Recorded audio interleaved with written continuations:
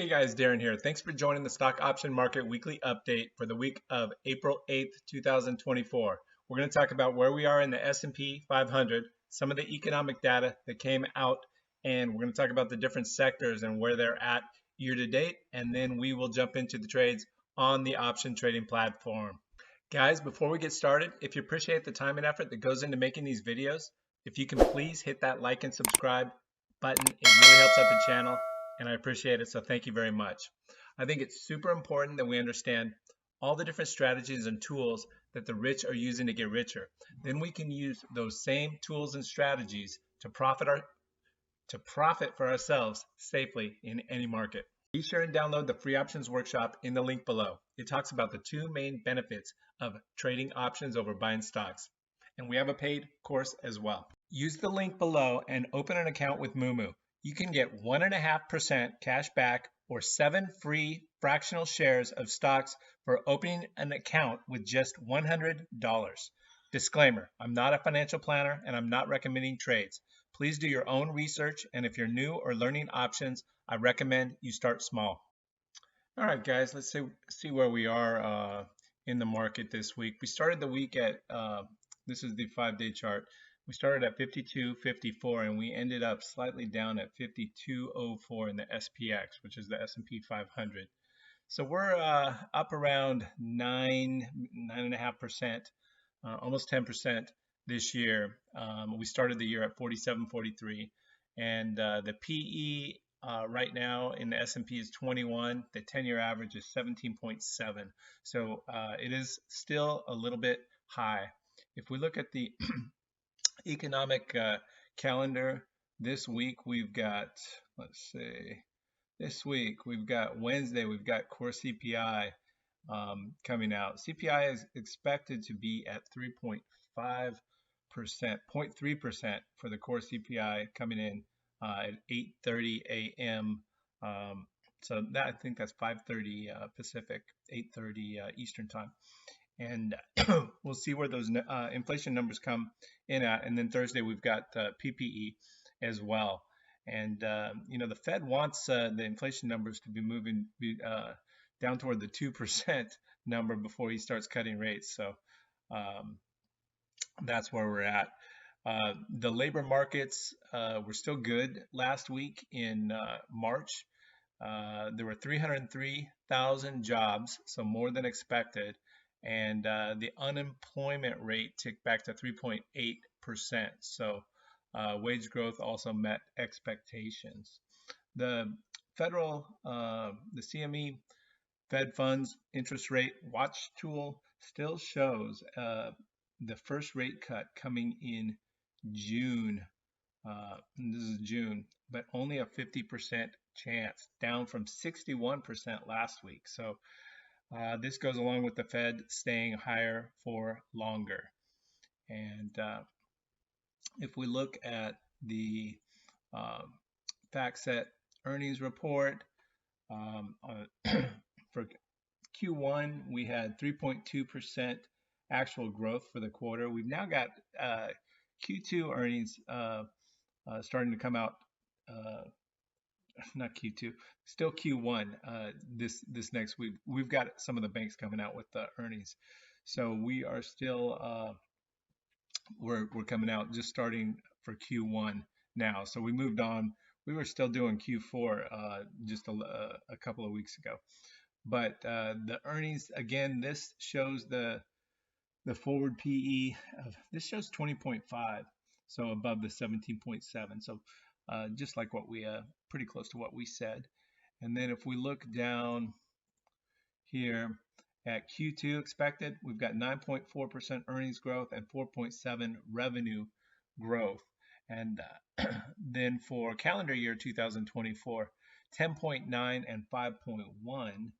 And then 2025 still increasing, 11.6 and 5.9. But that's actually down from 13.4 last week. So again, keeping the rates higher for longer, the growth rates are going to slow down a little bit, but that's kind of what we're looking at right now.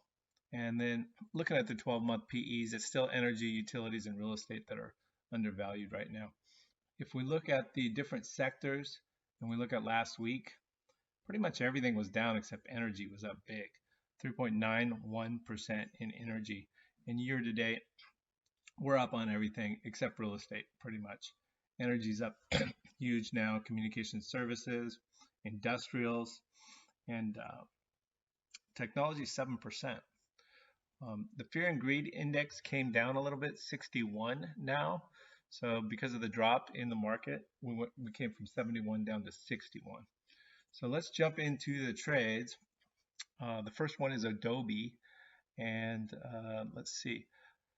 Adobe has been down. It's been hurt big, and it was, I rolled to May. I had April trades on.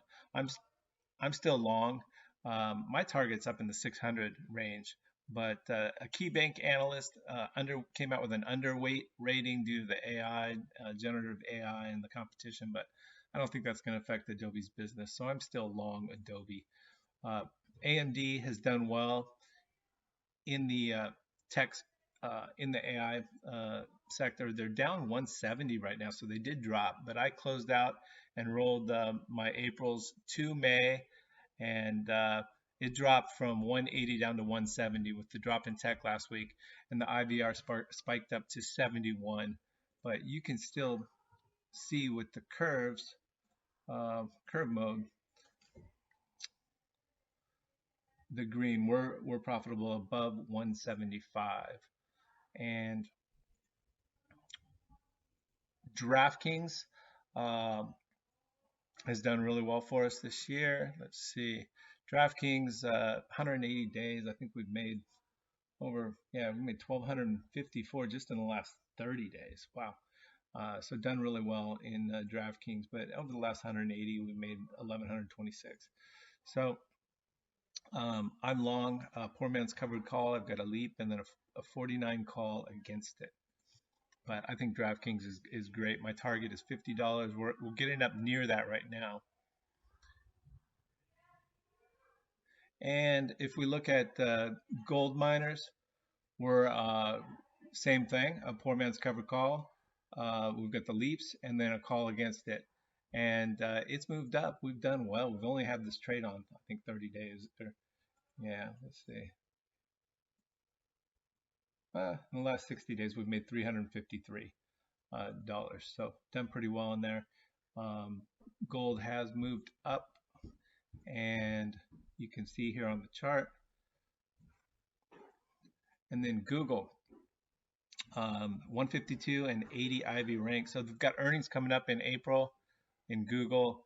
My long-term target is the 180 to 200 range. So above where it's at now, I think Google's still a great buy. Any pullback, I'll put on more. Just in the last 60, I think in the last 30 days, we haven't had it on that. Yeah, $612 in the last 30 days in Google. And I'm going to stay long, stay long Google. Earnings is April 23rd. I put this on when they missed on ad revenue last earnings report. And we've done well and made good money since. So I'm going to stay long. L3 Communications had a big drop last week, but we're still at 209, so in the profit range still, but we do want it to continue to move up, and we've done well continually. 500 bucks in the last 30 days and 1,187 in the last 6 months. So I'm going to stay long L3, and my target is 240 in L3. Lulu got hurt last week. They had a big drop. They came out, they actually beat earnings top and bottom line, but their guidance was lower. They only predicted a 12% growth for 2024, which to me is still pretty outstanding. So I'm going to stay long Lulu, and you can see the profit range 365. We're not that far off. We just need a little bit of a move up, but I don't think it's going to go down too much further. But I immediately put one on in May, and then I got hurt as well on that one. It kept going down. So I'm going to have to look at Lulu and trading it. It's pretty illiquid and does move a lot. Mara, small trade, Bitcoin mining. It's kind of a flyer, but I've got a 20-25 put spread, so I want it to move up. If it moves up above 21 and a half, we make money. And we have the Bitcoin halving coming up this month, around the 18th of April. And typically, I mean, Mara holds a ton of Bitcoin. So um, typically in the past, that's driven the price up. Although the miners get less for mining. So it's kind of a trade-off, but it'll be interesting to see how Mara does going forward. ServiceNow, I'm still holding an iron condor, and we've only got $132 left to make in it, but we've made 154 already, and it's right in the middle. And earnings are the 24th. This expires on the 19th, so before earnings. So I'm not expecting it to move. I'll probably wait, collect the rest of this 132. Hopefully it doesn't move too much, and then after earnings, maybe put on another iron condor. After right the morning that it opens. Actually, it's the 24th after the bell. So yeah, we would find out after the bell, and then in the morning, IVR would drop. But I might put one on and close this out at that time. NVIDIA has continued to do well, the leader in AI. The PEG ratio, the price to earnings to growth, is still pretty good. But we've made pretty good money in NVIDIA, 347 over the last 6 months. And again, as it moves up, we make money. And it's had, I think, a little bit of a pullback, not much. Palantir, I've got a video coming out on this. I'm going to try to complete it this weekend. But I'm going to send that out. But I think Palantir is a screaming buy right now. It had a little bit of a pullback, and they've got earnings on May 13th. I've got a deep in the money call, a leaps, and then I'm selling calls against it to continually make money. And hopefully I own that leaps for free. But over the last year, we had, 180 days, almost $600. But I'm going to keep long Palantir.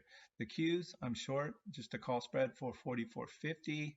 So we make money in this one as the stock moves down. SoFi, banking online, student loans, I think they're going to do well going forward. They've been hovering around that $7 range, so I haven't done real well, but I'm just holding it on because I know over time, over the next year, every time earnings come out, they're going to spike and do well, is my feeling. Square, 72.5, 77.5 put spread. This is a new one that I've put on, and we profit as it moves up. They've got earnings coming up on the 2nd.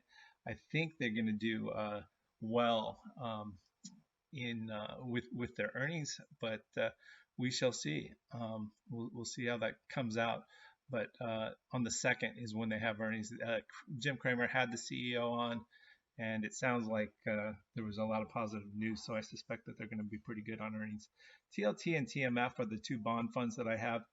With the interest rates higher for longer, they've kind of gotten hurt, but I have leaps out 286 days in both of them. So the interest rates should come within that time, I suspect. And as the interest rates get cut, these stocks should move up.